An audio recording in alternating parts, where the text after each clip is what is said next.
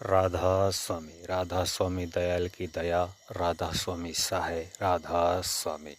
प्यारे सत्संगी भाइयों बहनों, आप सुन रहे हैं परम संत सतगुरु कंवर सिंह महाराज जी का 28 जुलाई 2024 बरवाला का सत्संग। सो किस तरह फरमाते हैं, सुने।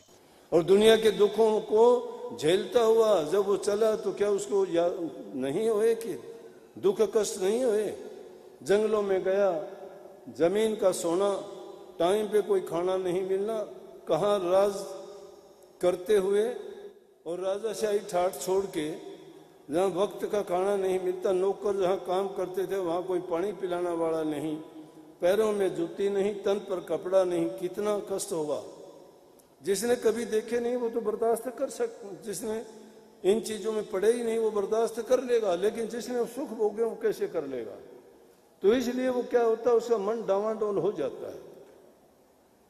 मन डावाडोल क्यों होता है? वो कहता है कि अच्छे फंसे, इससे अच्छे तो हम वहीं थे। लेकिन प्रभु की भक्ति इतनी आसान नहीं है। रास्ते में अनेक प्रकार की कठिनाइयां परेशानियां घेर लेती हैं। उन लोगों के लिए कही, जब वो भटकने का टाइम आया तो उनके लिए ये वाणी कही गई चेतावनी की कि लगा रही प्रेमी मेरा भाई रे, तेरी बनत बनत बन जाए रे। कि लगा रही का मतलब ये ऊंचाइयां नीचाइयां, भलाई बुराई, कष्ट सुख, ये तो आते रहते हैं जिंदगी में, लेकिन उनसे घबराना नहीं, उनका सामना करना है।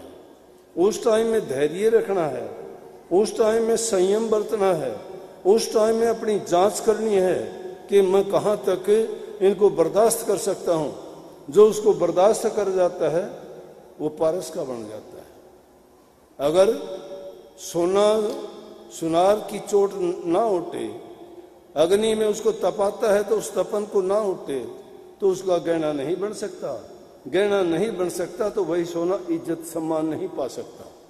ये लकड़ी जिससे ये इतनी अच्छी चीजें बनी हैं, ये जब बढ़ई के पास गई उसने काट के टुकड़े बना दिए।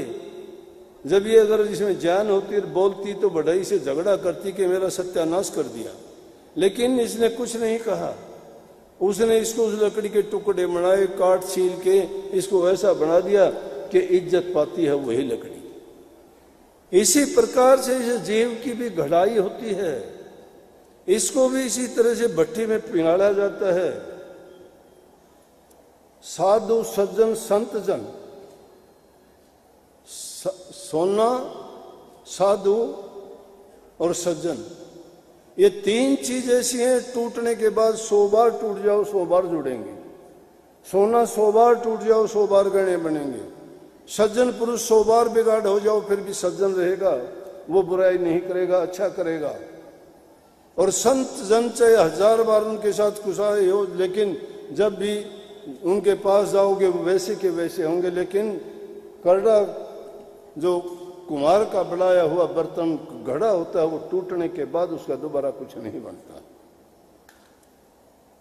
उसका कुछ नहीं बनता, उसकी कंकड़ ही बनती है, वो भी काम की नहीं बनती। ठेकर बनती है, ठेकर ठुकराई जाती है, ठोकर लगती है, उनको और कुछ नहीं, वो इज्जत नहीं पा सकती। इसलिए संत जन सोने की तरह से और सज्जन पुरुषों जैसी आदत डालनी चाहिए कि वो चाहे उनको साथ कैसा भी हो फिर भी उनका काम जो है नेकी करना है, बुराई से बचना है। दुनियादारी के इंसानों को सही रास्ते पे लाने के लिए उनको एक उदाहरण पेश करना है कि हमें किस प्रकार से संसार में जीना चाहिए।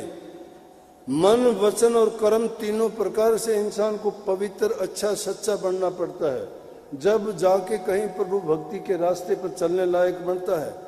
जब इंसान में ये खूबियां नहीं है, लेकिन उनमें हमारी गिनती क्या है? हम परिवार वाले आदमी हैं, सामाजिक प्राणी हैं, हम उतना त्याग नहीं कर सकते, लेकिन इतना कर सकते हैं कि हम अपनी जगह पर रहते हुए ईमानदारी से, सच्चाई से अपने कर्तव्य का पूरा पालन करते रहें। पिता पिता के रूप में, माता माता के रूप में, पत्नी पत्नी के रूप में, भाई भाई के रूप में, सब अपनी अपनी जगह पे सच्चाई के साथ अगर बरतते चले जाएं तो उनका, कबीर साहब ने कही वही बात है।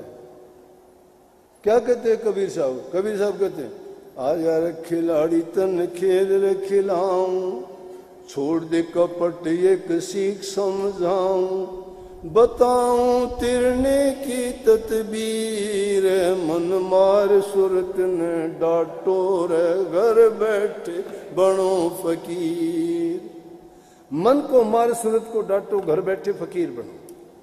घर बैठने का मतलब गृहस्थी लो, गृहस्थ में हो घर बैठे फकीर बनोगे। सारे काम ईमानदारी से, सच्चाई से, प्यार से जब करोगे, दूसरे की इज्जत कदर करोगे, दुखी जीव पर दया करोगे, वचन से मीठा बोलोगे, तो दूसरे का दिल जीत लोगे। तुम भी सुखी होगे, अगला भी सुखी होगा। अगर तुम किसी से अच्छा व्यवहार नहीं कर पाओगे, नहीं करोगे, तो उसकी दुखी आत्मा तुम्हारे बारे में कभी अच्छा नहीं सोच पाएगी।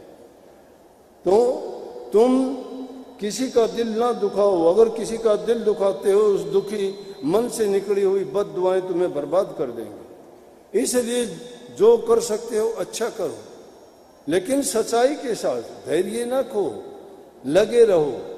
जब भी कोई इस प्रकार की रुकावट आती है, तब भी उन रुकावटों की ओर ध्यान ना करके अपने रास्ते पे चलते रहो। तो मैं कहता हूं कि वो देखते ही देखते तुम्हारी परेशानियां भी दूर हो जाएंगी और तुम्हारा रास्ता भी तुम्हारे लिए खुद नजदीक, तुम्हारी मंजिल आपके पास आएगी। मंजिल के पास आपको चलने की जरूरत नहीं, लेकिन लगन की जरूरत है। लगन सच्ची लगनी चाहिए। उस लगन के लिए कितनी बातें बताई। कहीं बलख बुखारा के बादशाह का नाम लिया, कहीं सैन भगत का नाम लिया, कहीं मीराबाई का नाम लिया। इन भक्तों के नाम लिए गए। उन भक्तों की महिमा क्या है? क्या वो धन वाले थे? क्या वो राजा बादशाह सेठ साहूकार थे? क्या उन ज्यादा बलशाली थे? या उनके कोई लंबे चौड़े परिवार थे? या कोई उनका ऊंचा वंश था? नहीं, वो तो नीचे से नीचे कुल में पैदा होके भी जो प्रभु की सच्ची भक्ति करी, भक्ति बहुत ऊंची है। लेकिन ये संसार कैसा है? ये संसार तो उस संभल के फूल जैसा है, दिखाई देने में तो बड़ा सुंदर है, परंतु जब इसको तुम अंदर से खोल के देखना चाहोगे तो इसमें से उस रुई की भांति निकल आएगी, जिसमें तुम्हारी चोंच भी जकड़ी जाएगी, राहत कुछ नहीं आएगा। देखने में लगेगा बड़ा सुंदर है, इसके अंदर बहुत सुंदर होगा। ये संसार फूल संबल का सुआ देख लुभाया। अब क्या किया? जब उसने जाके चोंच मारी तो चोंच उसमें फंस गई। सिर ढूंढ के पछताया बेचारा कि कुछ नहीं मिला इसमें, और चोंच भी बेकार में मेरी जकड़ी गई। मुश्किल से उसको चोंच को साफ करता है। इसी प्रकार से ये माया का खेल है। जीवों को इसी प्रकार से वो जकड़ती है, लेकिन आखिर में अंत में मिलता क्या है? सबकी एक ही शिकायत रह जाती है, मैंने ये नहीं किया, मैंने वो नहीं किया। अगर गलत किया तो वो शिकायत भी तुम बताते जाते हो। अव्वल तो किसी को ये चांस मिलता ही नहीं कि वो कुछ अपने कह के जाए। जिंदगी भर काम खत्म नहीं होते, जिंदगी भर खत्म नहीं होते, क्योंकि काम हमने इतने शुरू कर लिए, सबको पूरा करना चाहते हैं। लेकिन जिसको पूरा करना चाहते हैं उस काम की ओर तो आगे बढ़े ही नहीं। काम तो एक ही था, बाकी तो सब कामनाएं थी। दुनियादारी के जितने काम है वो काम नहीं, वो तो कामनाएं हैं। काम तो एक ही करना था, वो काम था प्रभु की भक्ति करना, क्योंकि उसका हमारा वायदा था। वो हमने गर्भ में कबूल किया था कि मैं प्रभु आपकी भक्ति करूंगा, लेकिन नहीं किया। परंतु कबीर साहब जैसे संतों ने कहा कि ये चिंता करने की जरूरत नहीं है, मैं तुम्हें आसान से आसान तरीका बताऊंगा कि घर में रहते हुए सारे काम करो। जैसे सिख गुरुओं ने कह दिया कि हाथ कारवल और मन यारवल। अपने हाथों से काम करते जाओ, लेकिन मन प्रभु की ओर लगाते जाओ। मन दुनियादारी को ना दो, तुम्हारा तन दुनियादारी को दे दो, तुम्हारा धन दुनियादारी के लोगों दे दो, परिवार को दे दो, भाई बंधु को दे दो, बेटे पोतों को दे दो, लेकिन अपना मन अपने गुरु को ही दो, सतगुरु को दो। लेकिन सतगुरु को तो नाम मात्र का सतगुरु मानते हैं। सतगुरु को अगर मान ही जाए तो हमारा तो कल्याण हो जाता है। घर बैठे ही सब कुछ मिल जाता है। वो प्रभु रूप हैं, उन्होंने भक्ति करके प्रभु का ही रूप धारण किया है। परमात्मा का कोई रूप नहीं है, ना उसका रंग है, ना रूप है, ना कोई आकृति है, ना कोई सथूल उनकी देह है। तो किस रूप में है? वो गुरु के रूप में है। दो रूप हैं उसके, एक विदेह है, एक देह रूप में है।